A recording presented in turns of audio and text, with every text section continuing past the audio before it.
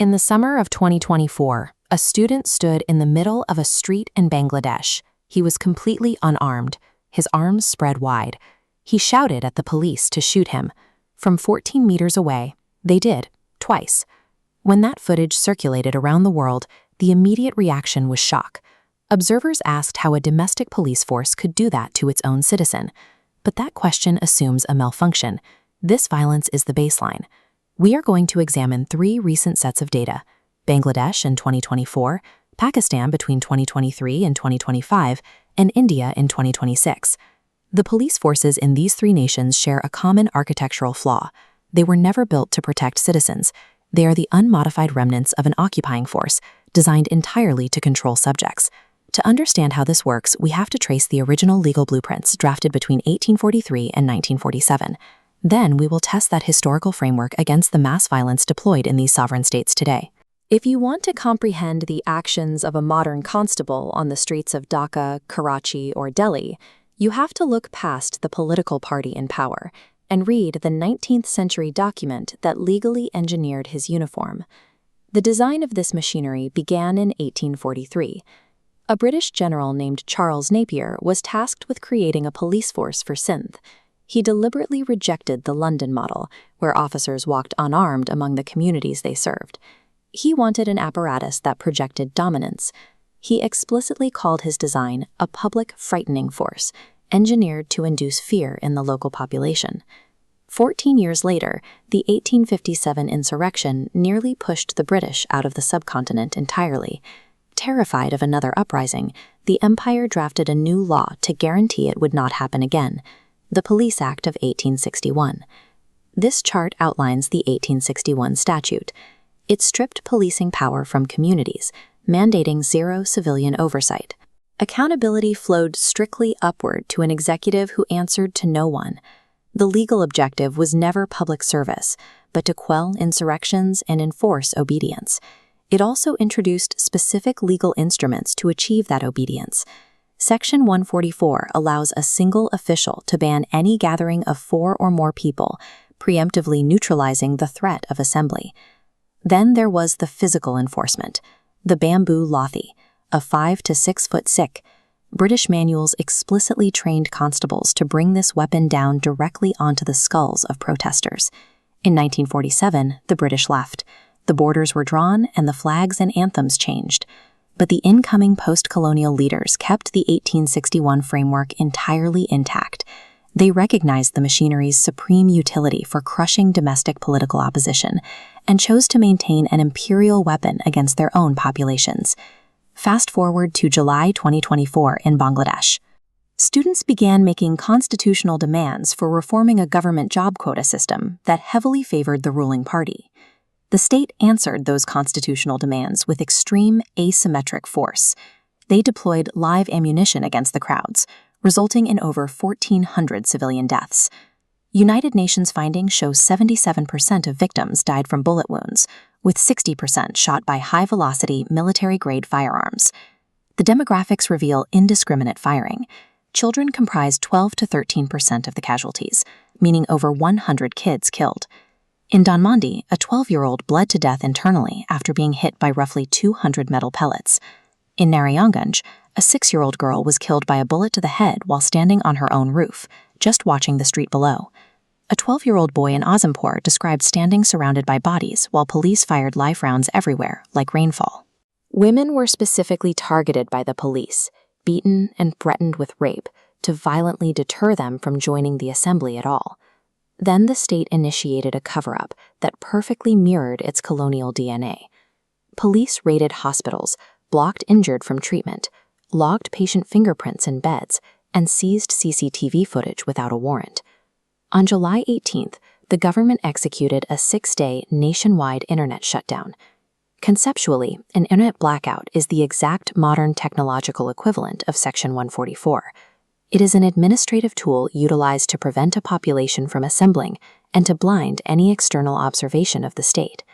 The executive, Sheikh Hasina, eventually fell and fled the country, but the structural truth remains. A civilian police force successfully executed an order to massacre 1,400 of its own citizens. Because their accountability flows strictly upward, The machine operated exactly as designed. Shift the dataset to Pakistan, and you find the exact same colonial architecture running on a continuous, low-level operational loop. After the arrest of Imran Khan in 2023, the state's actions were not about restoring routine order. They launched a multi-year campaign to dismantle an entire political party. In Karachi, heavily armed units conducted terrifying pre-dawn raids, dragging activists away from their families and into solitary confinement or military court trials. Every protest meets a standardized response. Roads are blocked, tear gas is fired, baton charges are ordered, and individuals are detained outside press clubs. The official justification is consistently that crowds had to be removed before something happened. That is 1800 Section 144 logic operating in the 21st century. It treats the act of assembly itself as an inherent, punishable threat. For Baloch families, the operational dial is set to maximum. When mothers and sisters of the forcibly disappeared hold peaceful sit-ins to ask where their relatives are, they are met by heavily armed riot police. Outside the Karachi Press Club, journalists documented officers slapping women, beating unarmed men, and kicking a pregnant woman to break up a peaceful gathering. The casualty timeline maps a steady escalation.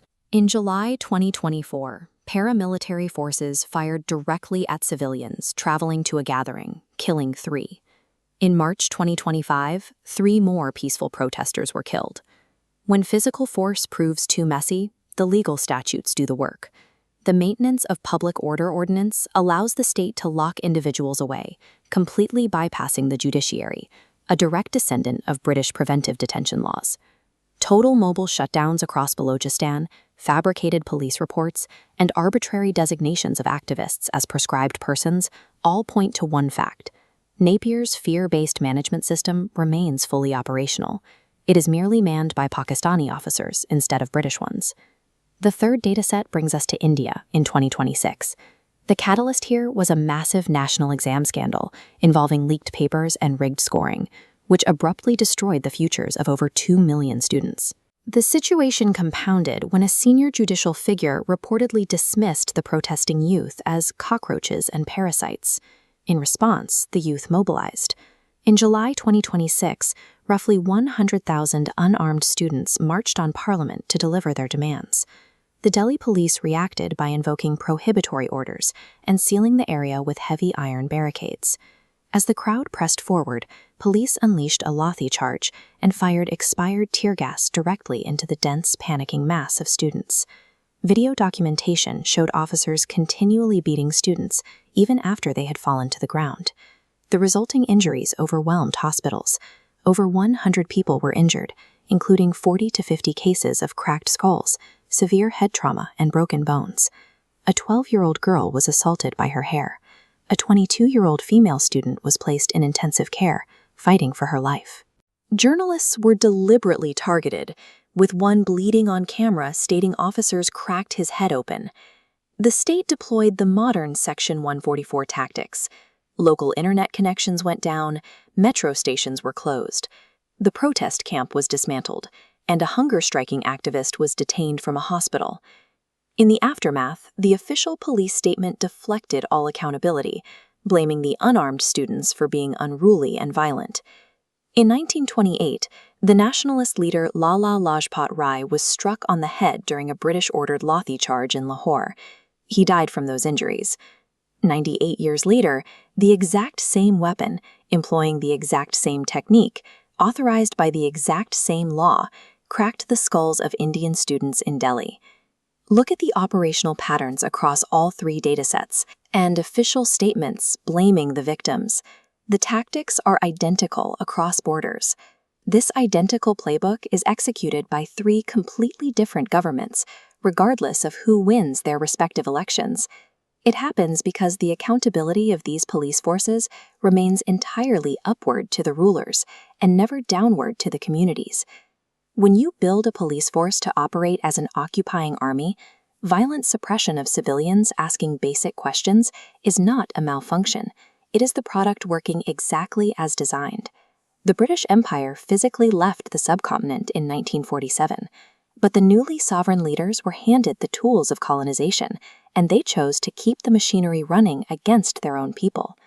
Until the 1861 Colonial Law is fully repealed, until civilian oversight is structurally established, and until terror-centric weapons are disarmed, the mathematical outcome is fixed. The next generation of protesters will face the exact same violence. We have to evaluate this deep institutional inertia. Look at the uniform on your street and ask yourself, is real, statutory police reform structurally possible within these countries in our lifetime?